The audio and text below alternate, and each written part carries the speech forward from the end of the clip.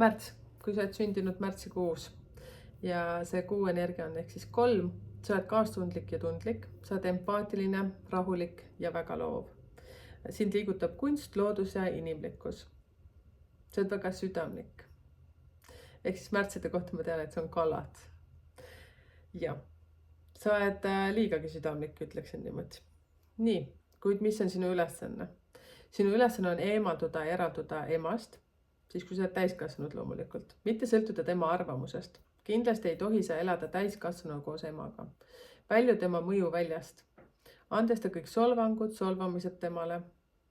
Armasta teda sellisena, nagu ta on ja imetle teda. Ehk siis mul on kogemust klientidega, kes on sündinud märtsis, ehk siis 3.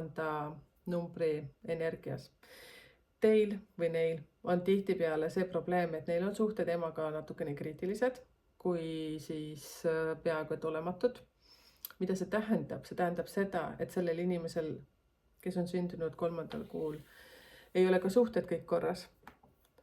Kõik on meie ümber energia. Sul on väga oluline koht see, et sul peavad olema suhted emaga korras. Sa pead need saama korda. Kuidas sa saad? Siis küsi iseendalt. Et ka mina võin selleks olla abiline sulle ja sa saad seda minu käest küsida, aga eelkõige on väga oluline saada need korda ja ka see, et kui sa oled näiteks täiskasvanud juba üle 18, sa oled praegu ütleme võib-olla 25 aastane või sa oled isegi 30 aastane ja sa ikkagi elad emaga, siis see on väga-väga suur miinus.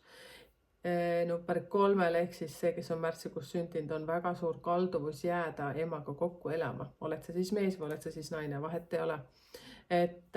Või siis on see, et kui sa oled juba omaette elad, siis sa sõltud väga palju oma ema arvamusest.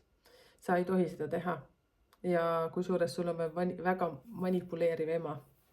Et see värk ka.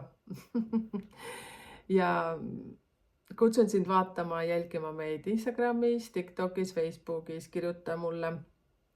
Ja YouTube'is on pikem kuude video, kus sa saad kuulda ka teiste kuude kohta. Ja mina tänan sind. Ma olen Merike ja numeroloogia psühholoog. Eli numbrite keel siis. Näeme.